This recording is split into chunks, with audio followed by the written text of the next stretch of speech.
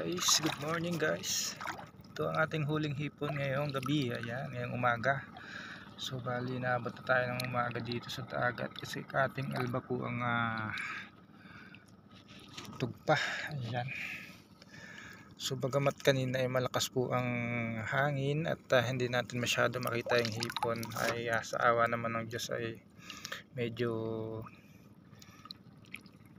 kumalma po nitong mga alas 4 ng madaling araw. Ayan, at so ngayon ay mag-aalas 5 na po ng umaga. Ayan, good morning po sa inyong lahat. At ito ang ating huling hipon guys. Ayan.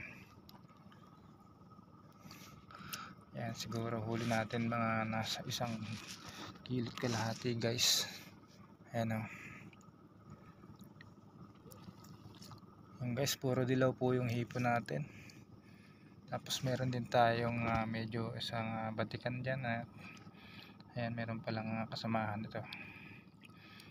Yung guys, ang ating huli. Ayan, thank you Lord sa biyaya.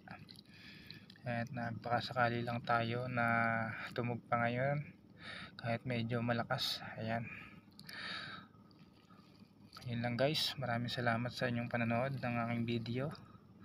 Ayan, ito po yung huli nating hipon dito sa dagat, dito po malapit sa piera. Ayan, sarap po nung pangsigang mamaya nito pagdating sa bahay. Ayan guys, so napakaangas. Ayan.